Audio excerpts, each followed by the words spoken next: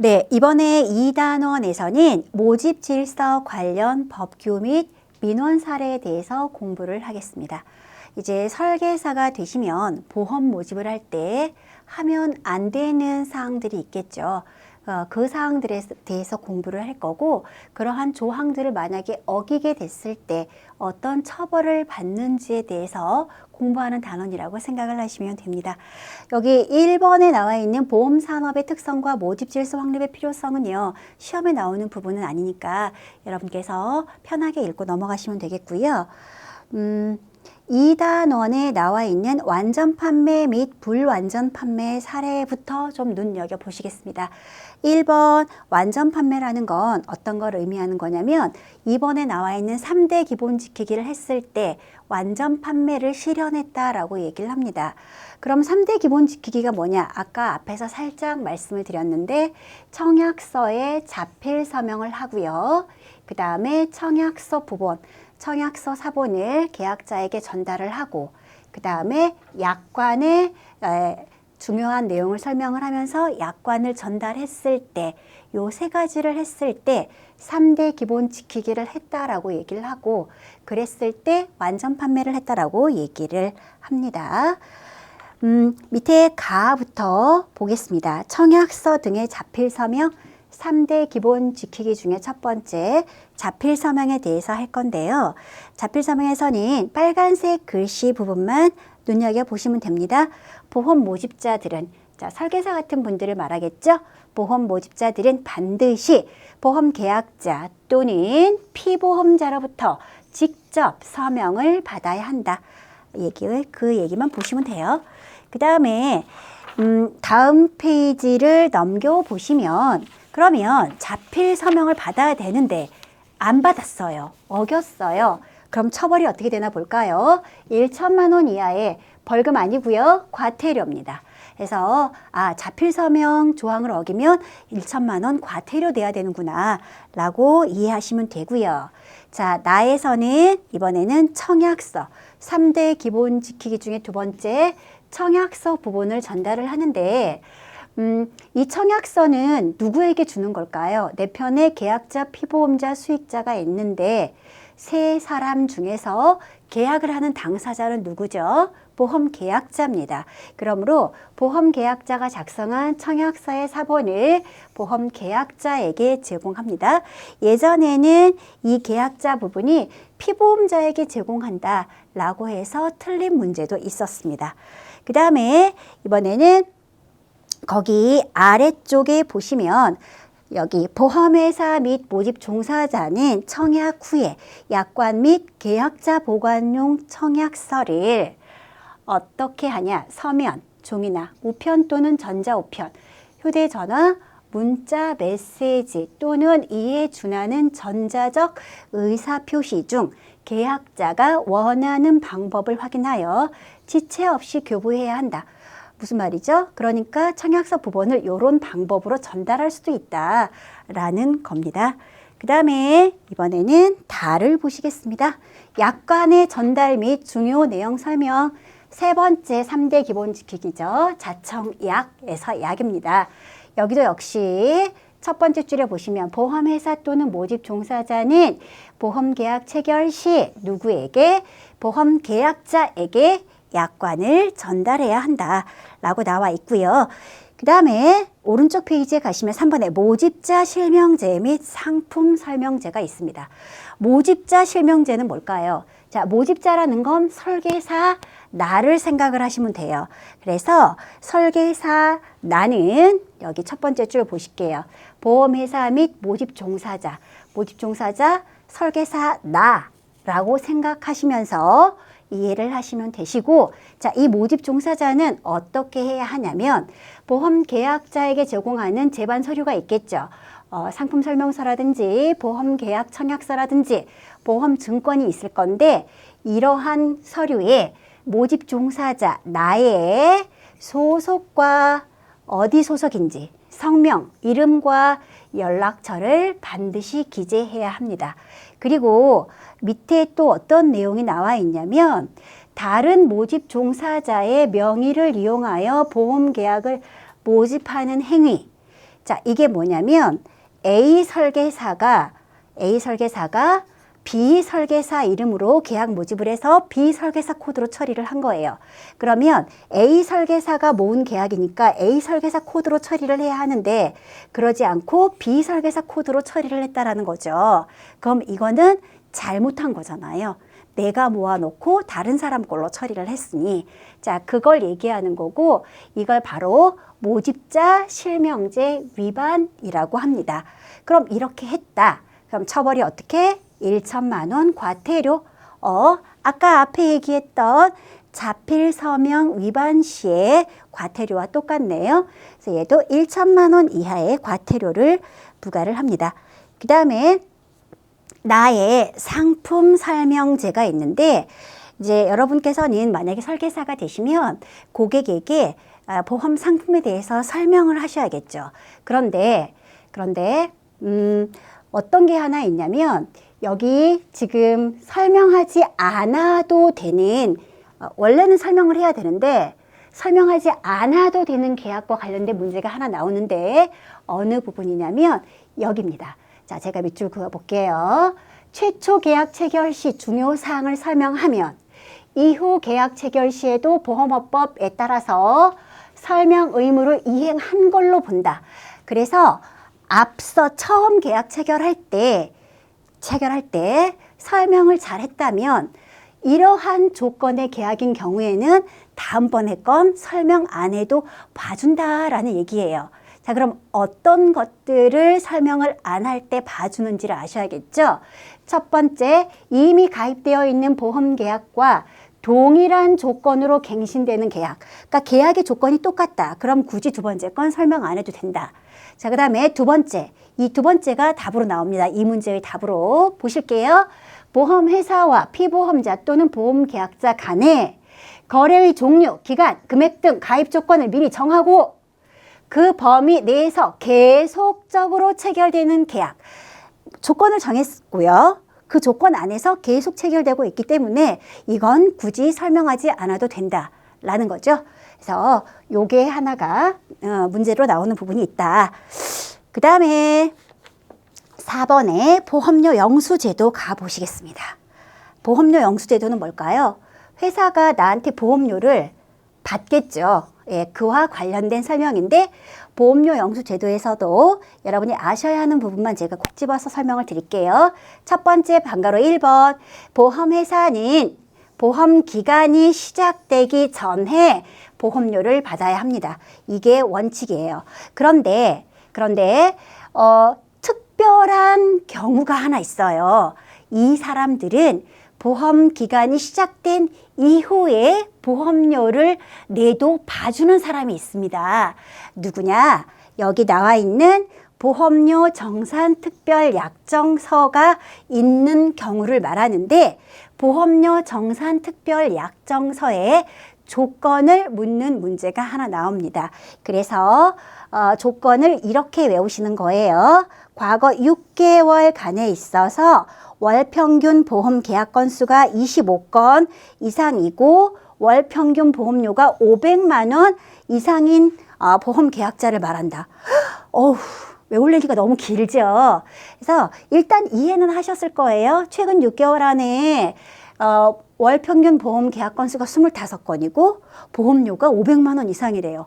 완전 VIP잖아요. 자, 이런 경우에는 보험료를 보험기간 시작된 이후에 내도 된다는 건데 숫자, 자, 6, 25, 625 아시죠? 한국전쟁 625. 그 다음 5로 끝났죠? 그래서 뒤에 나오는 금액이 600도 아니고 500이다. 그래서 동그라미 한 숫자 세 가지 625, 500 이렇게 외우고 찾으시면 됩니다. 자, 다음 페이지 가볼게요.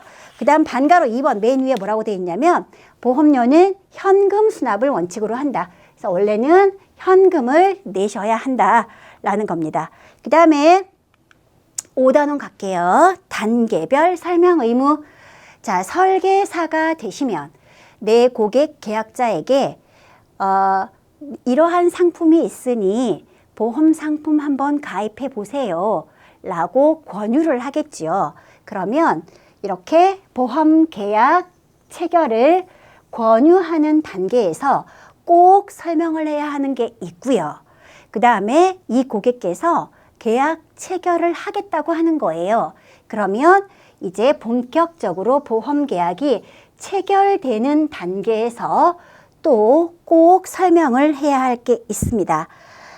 이러한 각 단계별로 설명을 해야 하는 내용을 몇 가지 아셔야 하는데, 첫 번째, 보험 계약 체결 권유 단계에서는 무엇에 대해서 설명을 해야 하는지 한번 훑어볼까요? 자, 여기 박스 보시면 권유 단계에서 설계사 내가 고객에게 설명을 해야 하는 게 보험금을 언제 안 주는지, 보험료는 얼마나 내는지, 그 다음 보험금 해약 환급금은 얼마만큼 어떤 식으로 주는지, 이러한 것들에 대해서 설명을 하래요. 자세히는 뭔지 모르겠지만 어떻든 돈 얘기는 여기서 하랍니다.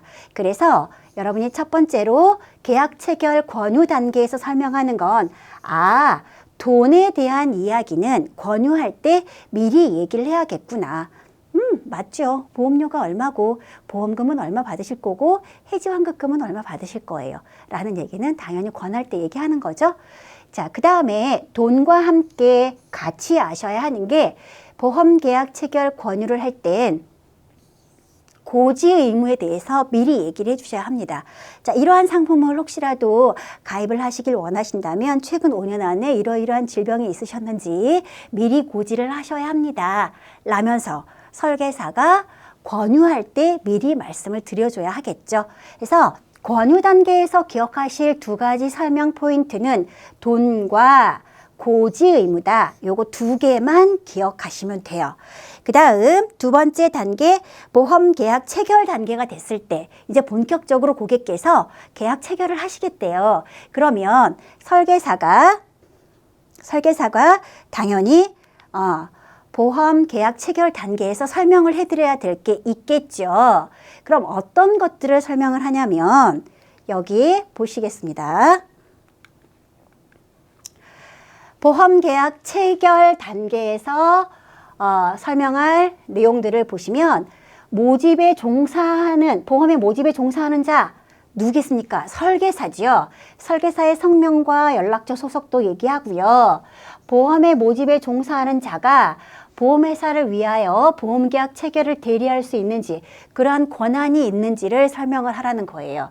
그 다음 여기 세 번째도 보험의 모집에 종사하는 자가 어쩌고 저쩌고. 자, 지금 첫 번째부터 세 번째 줄은 쉽게 얘기해서 설계사 나에 대해서 설명을 하라는 거예요. 그래서 보험의 모집에 종사하는 자 어쩌고 저쩌고 이하 설명이 나올 땐 계약 체결 단계에서 설명하는 거구나 라고 이해를 하시고요. 체결 단계에서 함께 또 외워줘야 할 게, 계약 체결을 했지요. 그러면 이후에 이렇게 승낙이 되겠죠. 승낙 절차와, 승낙이 안 된다면 뭐가 되겠어요? 거절을 할 거잖아요. 거절 사유 등을 함께 설명해야 합니다. 그럼 또 정리해 볼게요. 계약 체결 단계에서 설명을 해야 되는 두 가지는 뭐다? 모집 종사자 어쩌고 저쩌고 나에 대한 이야기와 승낙, 혹은 승낙의 반대말이 뭐죠? 거절 등에 대한 이야기를 계약 체결 단계에서 설명을 하는데, 근데 하나 같이 아셔야 되는 게, 여기 위쪽에 보시면 다만 일반 보험 계약자가 설명을 거부하는 경우, 무슨 말이죠? 괜찮아요. 그 설명 안 하셔도 돼요. 라고 얘기할 때는 그러지 아니한다. 괜찮다 그러면 설명 안 하셔도 된다. 이 말이에요. 자, 그 다음에 이제 이렇게 해서 계약 체결을 했으면 그 다음 뭐가 있겠습니까? 보험 사고가 생겼으면 보험금 청구를 할 거고요.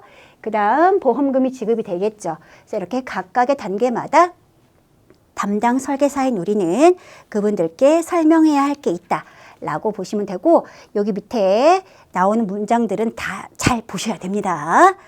다음 페이지 88페이지 갑시다. 88페이지 가시면 실손 의료보험 및 통신수단을 이용한 상품 판매 시 준수사항. 자, 이제 실비보험이라든가 이런 거 판매할 때는 또 어떤 걸 지켜야 하냐라는 건데, 자, 1번 실손의료보험 판매 시 준수사항.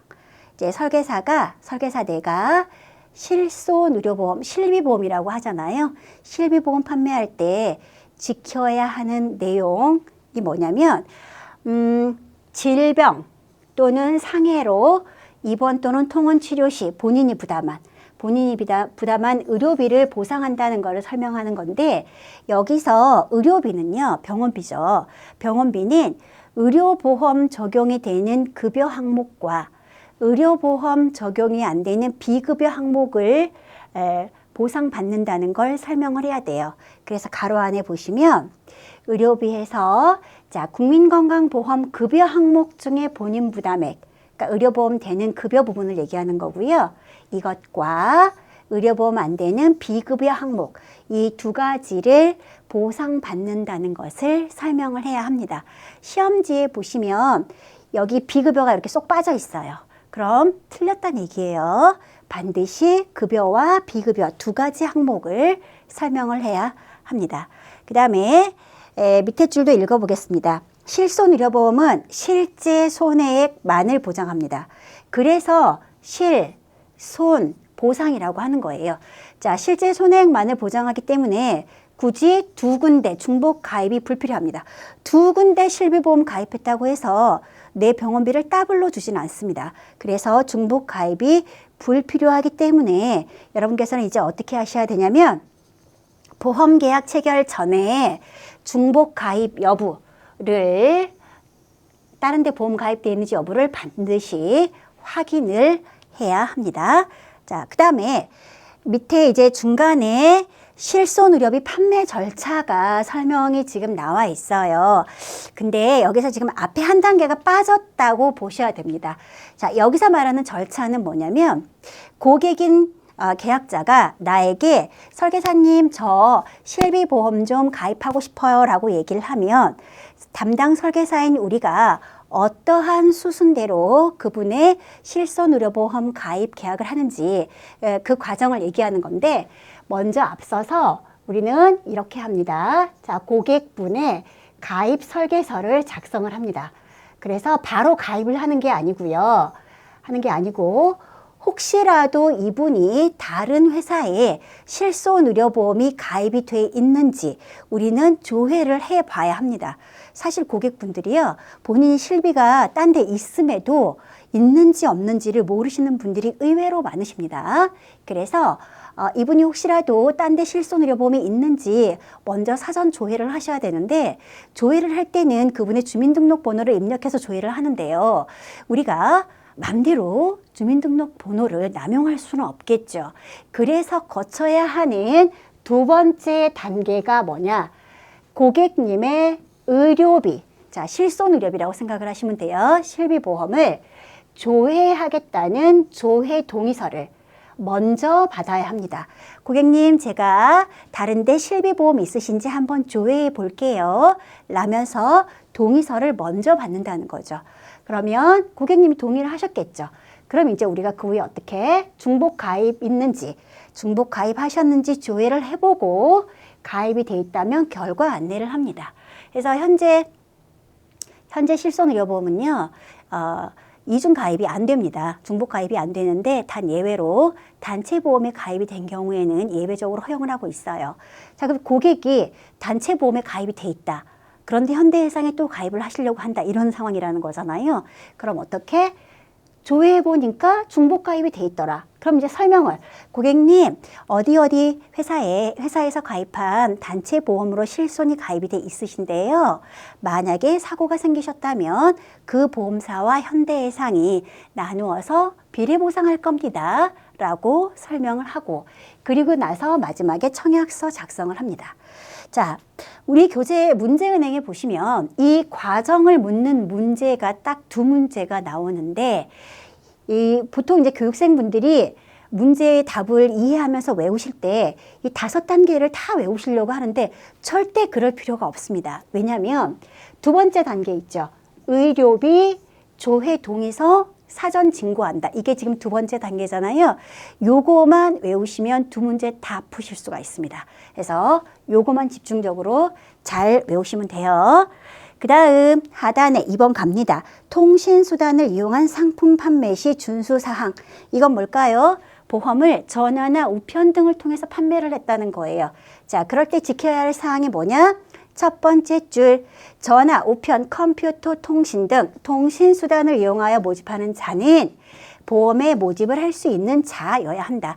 그래서 보험 설계사 자격증이 있어야 된다라는 말이고요. 그 다음에 그 밑에 줄 볼게요. 보험 계약을 청약한 자가, 자, 그래서 고객이 통신수단으로 보험 계약을 청약을 한 거예요. 계약 체결을 했다는 거죠. 그 청약을 한 자가 청약의 내용을 확인 정정 요청을 하거나 혹은 이후에 청약을 철회하고자 하는 경우, 또 혹은 보험 계약자가 체결한 계약의 내용을 확인하고자 하는 경우에는 이때도 역시 똑같이 어떻게 통신수단을 이용할 수 있도록 해줘라 라는 조항이 있습니다. 자, 그렇게 하시고요. 이번에 다음 페이지 가시면 이제 중간쯤에 여기 밑에 쪽 보세요. 보험 계약자가 이제 내가 통신수단을 이용해서 계약 체결을 했는데 괜히 가입한 것 같아. 해지하고 싶은 거예요. 그럼 이럴 때 전화를 통해서 전화하셔가지고 그 계약 해지할래요 라고 하실 거잖아요. 그럴 때는 보험회사가 어떻게 하냐? 상대방의 동의를 받아 몇 가지 사항을 확인을 합니다. 자, 그 확인 사항 3가지를 함께 기억하시겠습니다. 첫 번째, 전화 주신 분께서 보험 계약을 해지하시려고 하시는데 전화 주신 분이 계약자 본인 맞으십니까? 라고 물어볼 거고요. 두 번째, 계약 체결 전에 통신수단을 이용한 계약 해지에 동의하셨냐고 물어볼 거고요. 또 세 번째, 자, 이 계약은 예를 들어 피보험자가 다른 사람, 즉 타인을 위한 계약인데요. 근데 타인 피보험자도 계약 해지에 동의하셨습니까? 라고 물어본다는 거죠. 그래서 요 3가지 사항들을 확인을 한다라는 거 같이 알아두시면 좋습니다. 자, 다음 페이지를 보시면 모집 질서 관련 준수사항이 있습니다.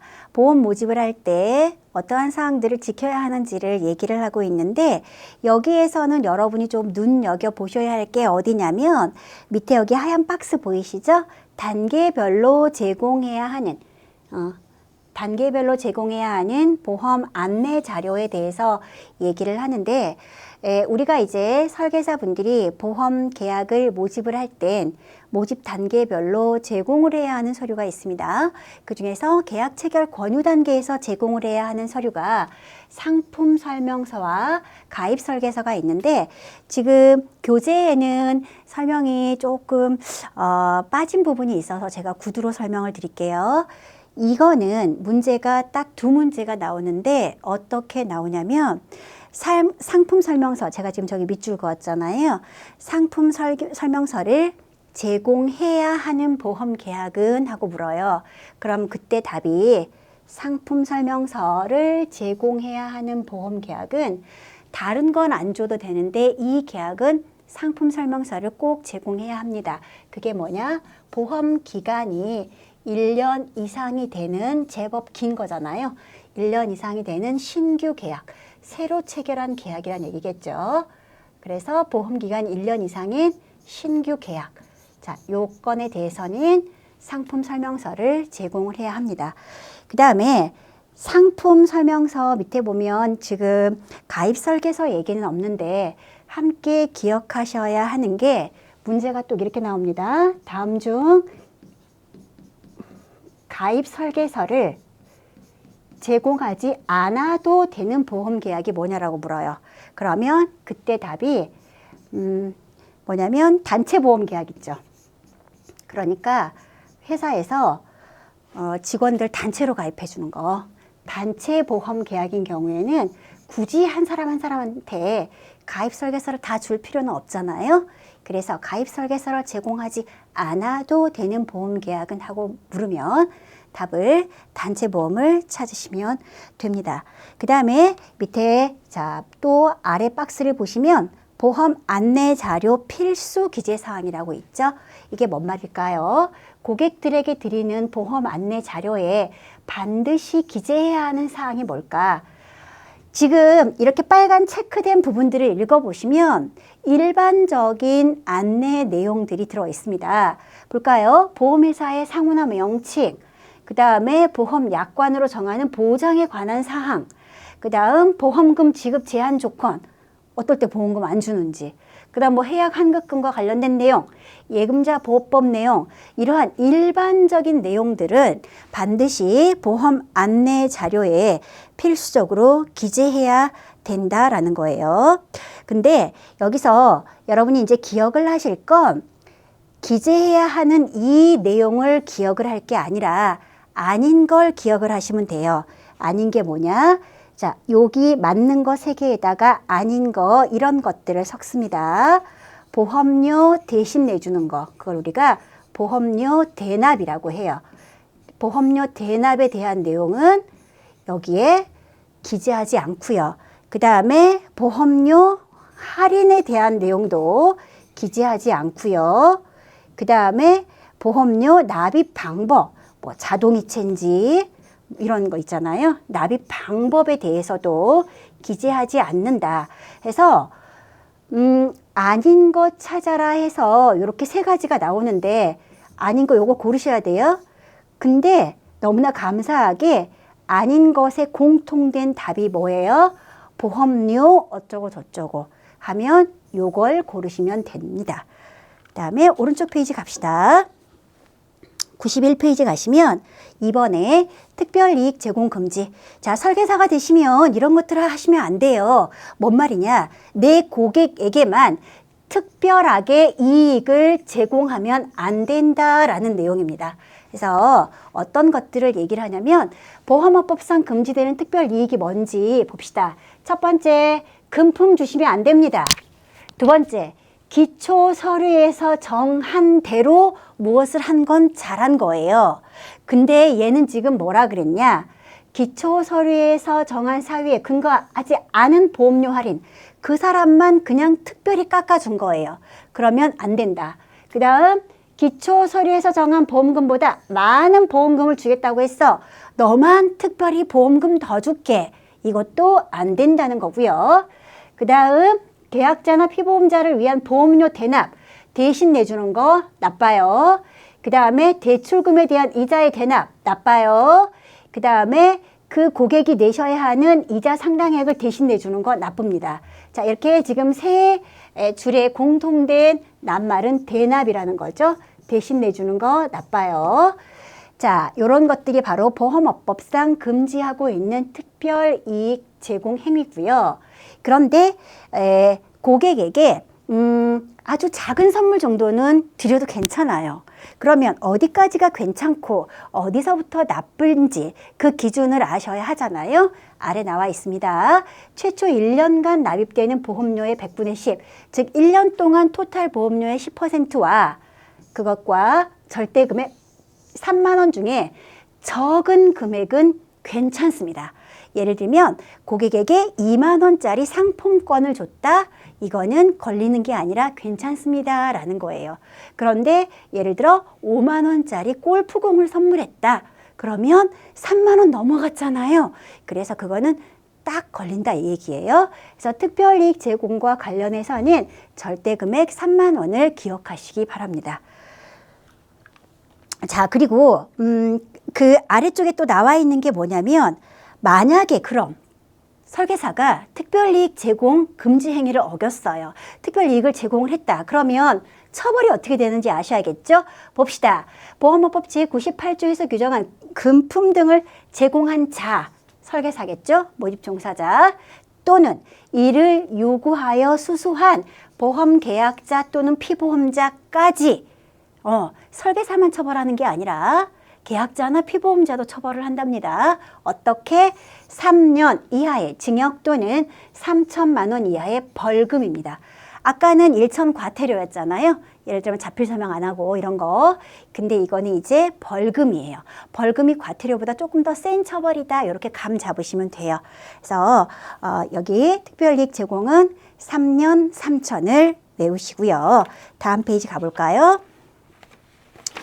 3번에 보험계약의 체결 또는 모집에 관한 금지 행위. 자, 요것도 하시면 안 됩니다. 어떤 것들을 하면 안 되냐? 몇 개만 찝어서 볼게요. 보험 계약자나 피보험자한테 보험 상품의 내용을 사실과 다르게 알리거나 그 내용의 중요한 사항을 알리지 않으면 나빠요. 이 말이고요. 그 다음에 여기 새로 여기 보이시죠? 요거 좀 잘 보세요. 보험 계약자 또는 피보험자로 하여금 이미 성립된 보험 계약을 부당하게 소멸시킴으로써, 그러니까 고객이 보험 계약이 있었는데 그 계약을 부당한 방법으로 뭐 해지를 했다거나 이렇게 한 거예요. 소멸시킴으로써 그거하고 똑같은 새로운 보험 계약을 청약하게 하거나 새로운 보험 계약을 청약하게 함으로써 기존 보험 계약을 부당하게 소멸시키거나 그 밖에 부당하게 보험 계약을 청약하게 하거나 이러한 것을 권유하는 행위. 이거 완전 나쁜 겁니다. 쉽게 말해 뭐냐면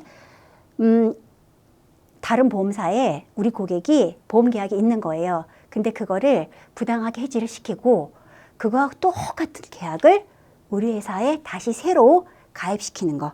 이걸 말하는 건데 이걸 우리가 승환계약이라고 합니다. 그래서 시험지에서 제가 지금 밑줄 그은 부분들이 있잖아요. 이러한 설명이 나오면서 이거는 무슨 위반 행위냐라고 물어요. 그럼 여러분이 답을 승환계약 하고 찾으셔야 하고요. 이것도 역시 금지하고 있는 행위다. 그 다음 그 밑에 볼게요. 실제 명의인이 아닌 자의 보험계약을 모집하거나 실제 명의인의 동의가 없는 보험계약을 모집했다. 이것도 역시 잘못하는 금지행위다. 하지 말라는 금지행위다. 라는 말이고요.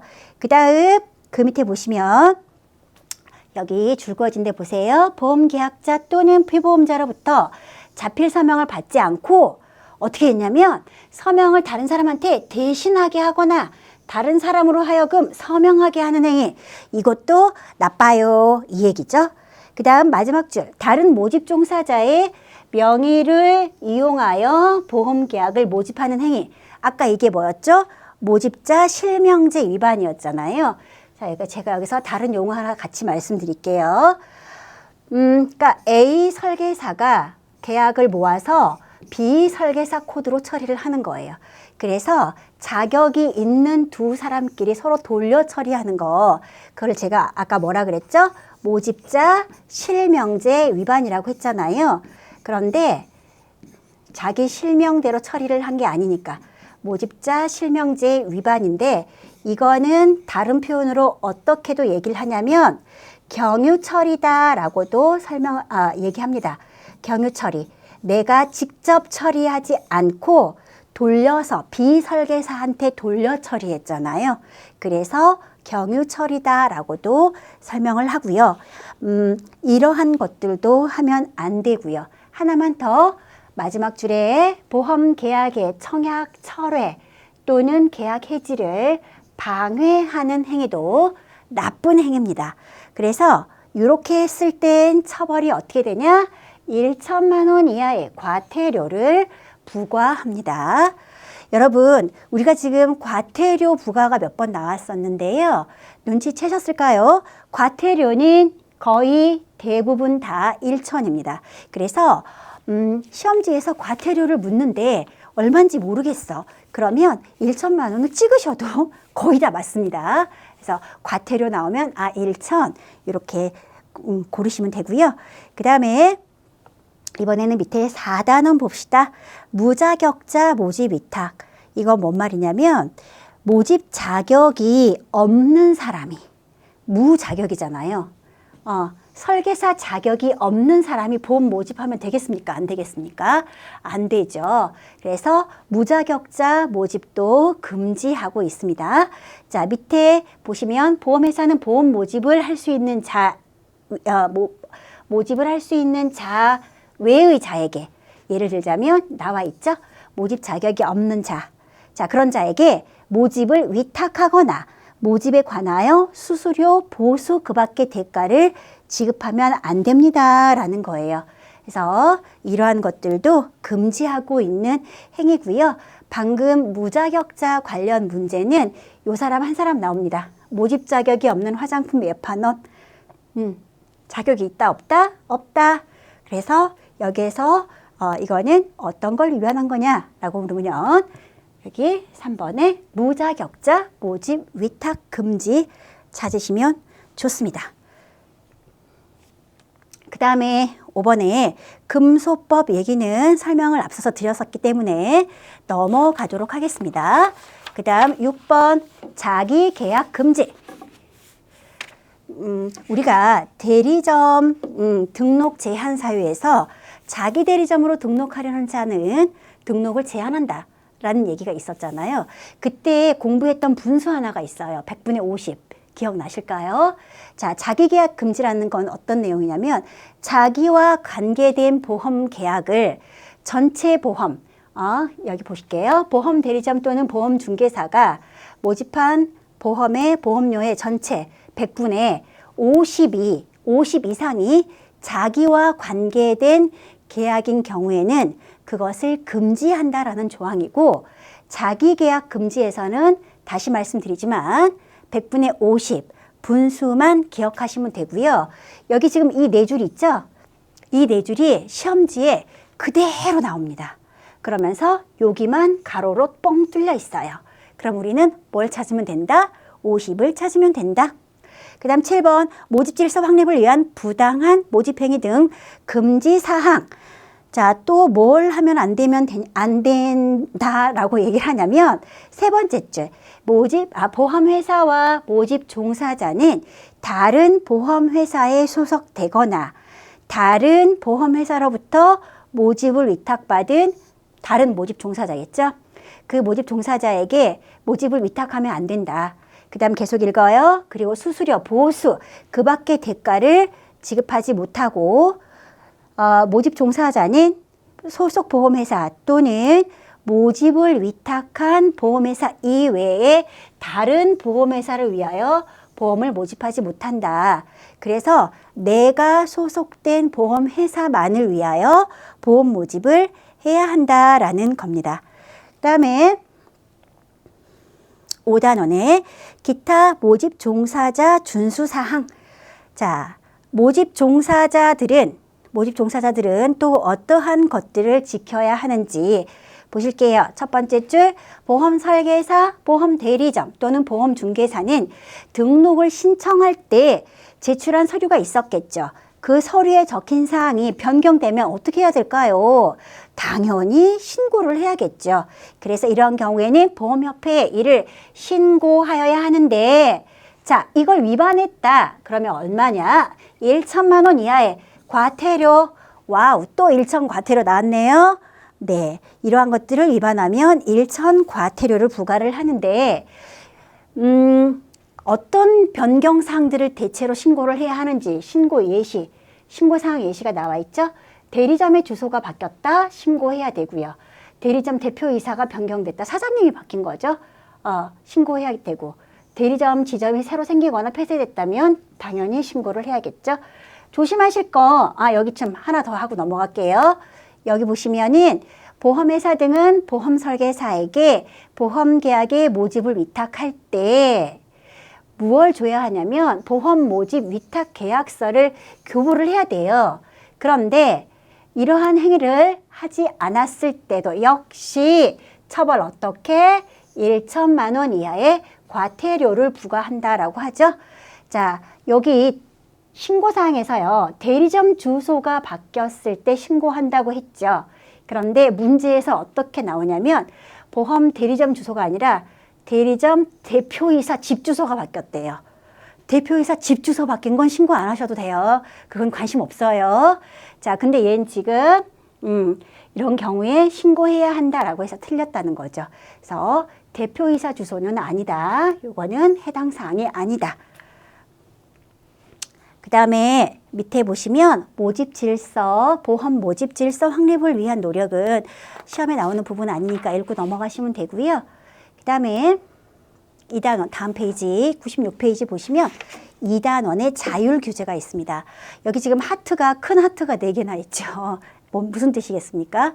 작은 하트 20개의 의미예요. 아주 중요하다는 뜻입니다. 자, 자율 규제는 뭐냐면 아까 앞에서 얘기한 것들은 보험업법과 관련된 조항들을 어기면 벌금과 과태료를 어떻게 부과를 하는지를 얘기를 한 거예요. 즉 앞서서 얘기한 것들은 법규 위반 조항들이에요. 그런데 보험회사는 그러한 법과 상관없이 무관하게 우리끼리, 우리 보험회사들끼리 공정하게 경쟁하자라면서 상호 협정을 운영하고 있습니다. 그 협정 이름이 손해보험 공정경쟁 질서 유지에 관한 상호 협정을 운영을 하면서 이러한 내용을 어기는 설계사나 보험회사에게는 이렇게 제재금을 먹이자라면서 자율적으로 1차적으로 규제를 하고 있습니다. 즉 이거는 앞서 얘기한 보험업법 위반 사항과 달리 우리끼리 잘해보자라고 자율적으로 규제하고 있는 내용이므로 앞에 거랑 조금 다른 맥락으로 보시면 되겠죠. 자, 이러한 상호협정 위반에는 벌금이나 과태료라고 묻지 않고요. 제재금이라고 묻습니다. 문제에서. 그러면 어떤 경우에 제재금 얼마인가 봅시다. 자, 방가로 1번. 특별 이익을 제공하면 안 돼요. 이거 아까 보험업법에서 얘기했죠. 그 다음 또 함께 하지 말라고 하는 행위가 준 것뿐만 아니라 특별 이익을 제공하겠다고 약속도 하지 말아라 라고 합니다. 그래서 이러한 것들을 위반하게 되면 얼마의 제재금을 부과하냐면 아래쪽 모집 종사자 설계사의 경우를 볼게요. 여기서는 최고 금액만 보시면 됩니다.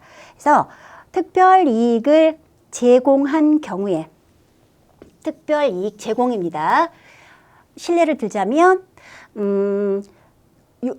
태아보험에 가입하게 되면 뭐 50만 원짜리 유모차를 제공을 하겠다라고 해서 실제로 유모차를 줬다는 거예요.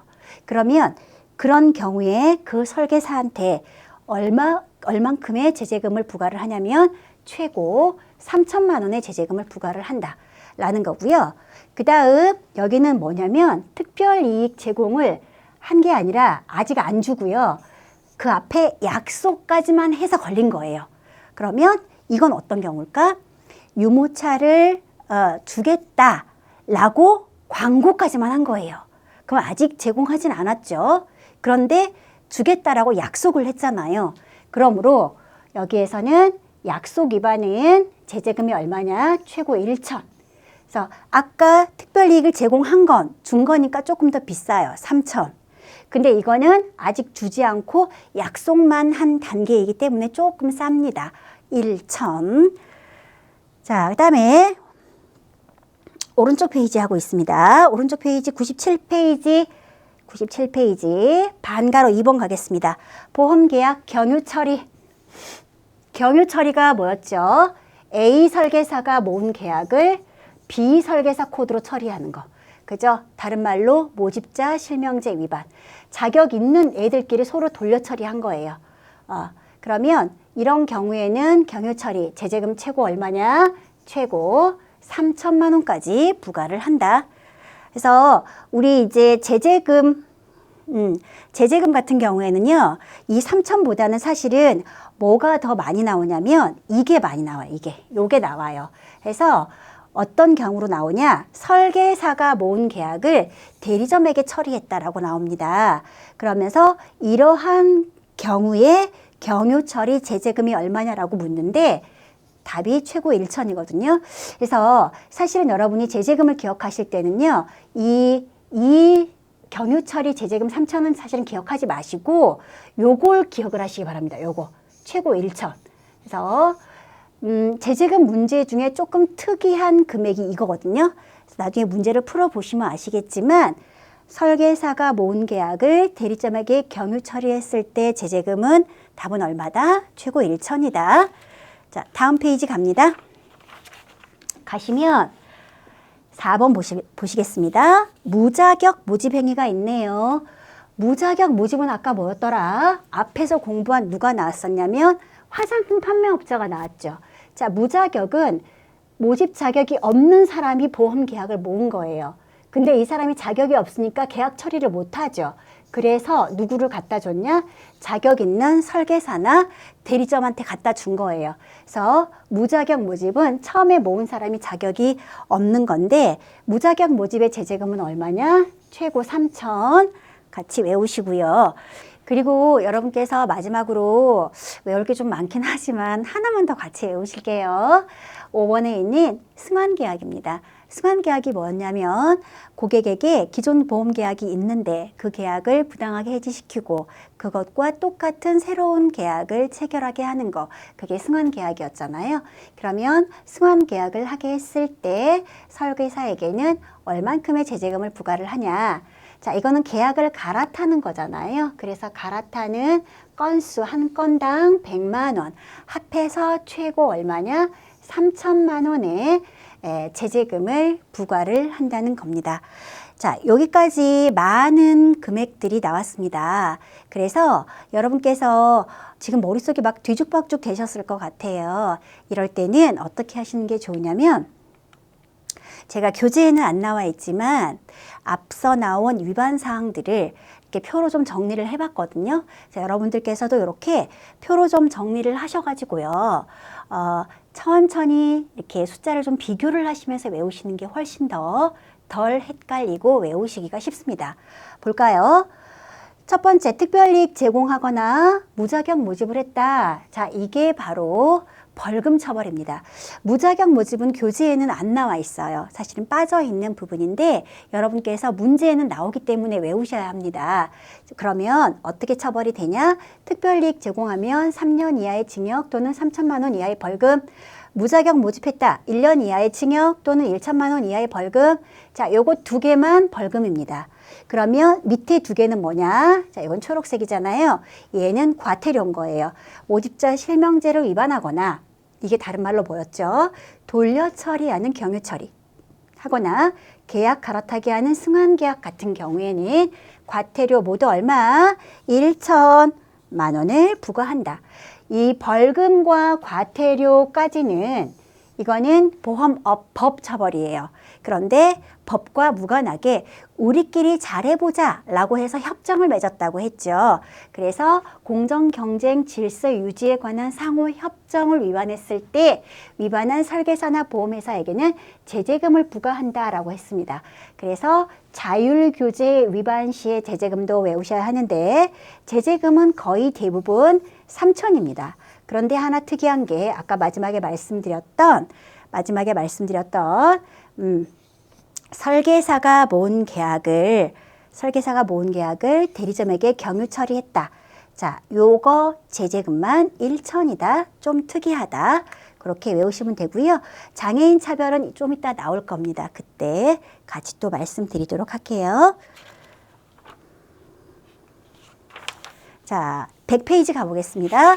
여기서는 3번에 보험 대리점 검사 업무 위탁이 있는데 보험 대리점은요, 사실은 금융감독원에게 검사를 받아야 됩니다. 그런데 금융감독원이 하는 일이 많아서요, 이 검사 업무를 누구한테 맡겼냐면 손해보험협회에다 맡겼습니다. 그래서 위탁기관 손해보험협회라는 거 하나 알아주시고요. 그 다음 밑에 7단원의 보험계약 정보의 보호에서 여기서 첫 번째 빨간 줄만 보시면 됩니다. 자, 보험계약, 개인의 보험계약 정보는 개인에 관한 무슨 정보다? 여러분의 보험정보는 여러분의 신용정보입니다. 그래서 관련 법령 이름이 신용정보의 이용 및 보호에 관한 법률이다 라고 물어보는 문제가 하나 더 나오고요. 요 줄만 조금 눈여겨 보시면 되고요. 그 다음에 밑에 1번에 보험계약 정보의 제3자 제공에 대한 동의 해서 여러분이 보험계약을 체결하시면서 제3자 제공에 대한 동의서에 사인을 하십니다. 그러면 여러분의 보험계약 정보가 어디에까지 제공이 되냐면 보험협회에도 가고요. 보험개발원에도 가고요. 보험계약 관련 업무를 위탁한 자, 예를 들면 뭐 각각 지점의 지점장이라든가 이런 사람들한테까지 나의 정보가 제공이 된다라고 보시면 되시고, 여기에 보면 다 보험이란 말이 들어가 있죠. 그래서 보험이란 말이 들어가 있는 사람들한테 내 정보가 제공이 된다라고 보시면 됩니다. 그 다음 이번에는 오른쪽 페이지 가보시겠습니다. 2번에 보험계약 정보에 조회에 대한 동의가 있습니다. 조회에 대한 동의에서 여기 자, 이 문구를 잘 보세요. 지금 6줄의 이 문장이요, 그대로 시험지에서 나옵니다. 그러면서 어떻게 나오냐? 괄호로 구멍이 뚫려 있습니다. 요 자리가. 그러면서 가로에 공통으로 들어갈 말을 골라라 라고 하는 건데 다 보이시죠? 중복보험인데 이게 뭔 말이냐면 아까 말씀드렸다시피 내 고객이 실손의료보험 체결을 하려고 해요. 그러면 실손의료보험 같은 경우에는 중복으로 가입이 돼 있다고 해도 더블로 보험금을 안 주는 거잖아요. 그러므로 이런 경우에는 어떻게 하셔야 되냐면 고객한테 서면이나 공인전자서명이나 유무선 통신 등에 의한 방법으로 동의를 얻어야겠죠. 동의를 얻어서 무슨 보험 가입 여부를 조회해야 하냐? 중복보험 가입 여부를 조회를 해야 합니다. 그래서 조회한 결과 중복보험 가입 여부 확인 결과 피보험자가 되려는 자가 다른 실손의료보험 계약의 피보험자로 되어 있는 경우이면, 즉 중복으로 가입을 하게 되는 경우라면 비례보상 등을 설명을 한다라는 거고요. 여기서 또 하나 같이 알아두실 게 동의를 얻는 방법을 한번 봐주세요. 우리 고객의 실손의료보험 중복보험 가입 조회는 그 고객의 주민등록번호를 입력해서 조회를 합니다. 그러면 우리가 아까 조회하기 전에 조회 동의서를 사전에 증거한다고 했죠.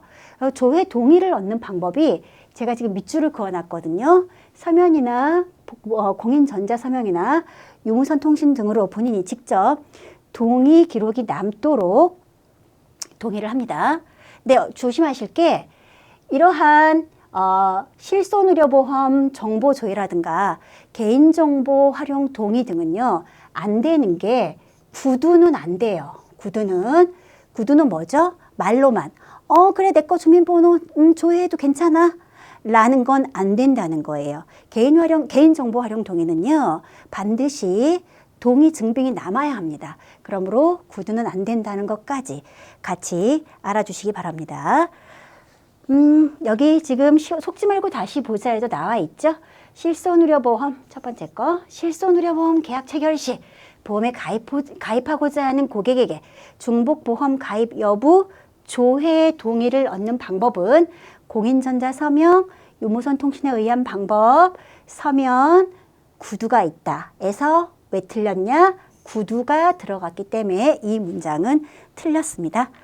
그 다음 아래 보시면 3번에 상품 소개 등 영업 목적을 위한 개인정보 제공해가지고요. 여러분이 또 청약하실 때 사인하셨던 종이 중에 하나가 바로 이 서류가 있었을 거예요. 상품 소개에 대한 개인정보 제공 동의를 하셨는데, 근데 내가 동의를 했더니 계속 막 원하지 않는 문자가 막 날라오고 이래요. 여러분 귀찮으시잖아요. 그럴 때는 어떻게 하시면 되냐면 전화하셔가지고요. 제가 개인 신용정보 제공 동의했던 거 철회하겠습니다 라고 표현을 하시는 거예요. 여기서는 어떤 낱말을 쓰냐? 철회라는 낱말을 쓴다는 거, 저거 하나만 아시면 됩니다. 그 다음 밑으로 내려와서 4번 개인 식별 정보의 제공. 자, 개인 식별 정보라는 게 뭘까요? 개인, 너하고 나를 식별, 구별하는 정보를 말하겠죠. 그러면 개인을 식별할 수 있는 정보가 뭐가 있을까?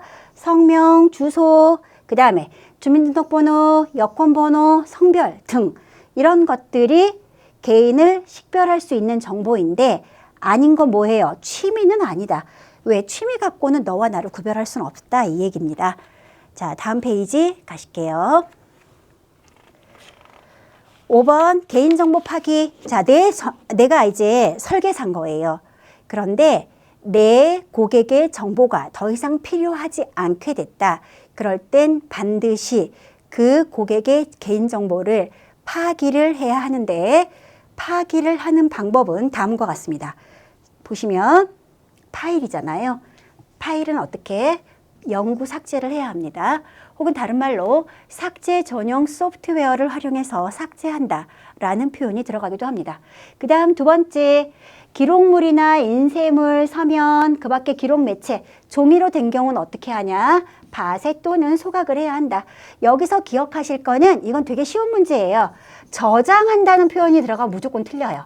그래서 밑에 보세요. 정보 처리 목적이 달성될 경우 암호화하여 별도로 저장한다 라고 하면 틀렸다고요. 암호화라는 말에 속지 마세요, 여러분. 저장이란 말이 들어가면 무조건 틀렸다. 자, 그 다음 밑에 장애인 보험 가입 차별 금지. 장애인이 보험 가입하겠다고 했는데 당신은 장애인이니까 안 됩니다 라면서 보험 가입에 차별을 두었을 경우에 우리는 그럼 어떤 처벌을 받는지 그걸 보시자는 거예요. 자, 장애인 차별 같은 경우에는 일단 여기 보시면 장애인 차별금지법에서 금지한 차별 행위를 행하고 그 행위가 악의적인 것으로 인정되는 경우에는 자, 처벌 어떻게 된다? 3년 이하의 징역 또는 3천만 원 이하의 벌금에 처해진다. 장애인 차별은요, 무조건 33입니다. 그래서 장애인 차별 나왔다. 그럼 숫자는 무조건 얼마? 3을 떠올리시고 장애인 차별 행위를 하시게 되면 어떠한 수순을 밟게 되시냐면 여기 네모를 보시면 돼요. 장애인 진정 또는 직권 조사가 뜨겠죠. 그러면 조사를 했더니 차별을 한 게 맞아요. 그럼 2단계가 어떻게 되냐면 국가인권위원회에서 어떻게 처음엔 좋게 얘기하는 거예요. 그러지 마세요 라면서 시정 권고를 하는 겁니다. 근데 권고를 했는데 좋게 말했는데도 안 들어. 시정을 안 해. 그러면 이제 세게 나옵니다. 자, 누가 나오냐? 시정 권고 불이행 시 법이 나옵니다. 법무부 장관이 뭐라고 해? 시정 명령을 하는 거죠. 그래서 시험지에서 권고는 누가 하는지 물어보고요. 명령은 누가 하는지 물어보는 두 문제가 나옵니다. 아래 하단에 나와 있지요. 자, 문제도 풀어보시면 되시고요. 다음 페이지 가시면 3단원에 장애인 장기 기증자 보험 가입 차별 신고센터가 있는데 여기에서 이제 또 우리가 눈여겨볼 부분은 어디냐면 어떤 것들에 대한 장애인의 요구를 차별했을 때 우리가 처벌을 받냐 여기입니다. 정당한 사유 없이 무엇을 거절했다? 보험 가입 청약을 거절했다는 거죠. 당신은 장애인이라서 보험 안 받아줄래요. 혹은 당신은 장기 기증자라서 보험 안 받아줄래요. 라고 청약을 거절하게 되면 처벌을 받는다는 얘기고요. 자, 이렇게 부당한 차별을 받은 경우에는 그러면 관련된 사람들이 신고를 하시겠죠. 신고는 누가 하냐? 장애인 본인이 하실 거고요. 혹시 장기 기증자가 차별을 받으셨다면 장기 기증자가 신고를 하실 거고요. 이 사람들의 또 대리인이 있겠죠. 대리인도 역시 같이 신고를 하실 수가 있는데 누구는 신고하는 사람이 아니냐? 보험회사 직원이 신고하지는 않겠죠. 그래서 아닌 것만 아시면 됩니다.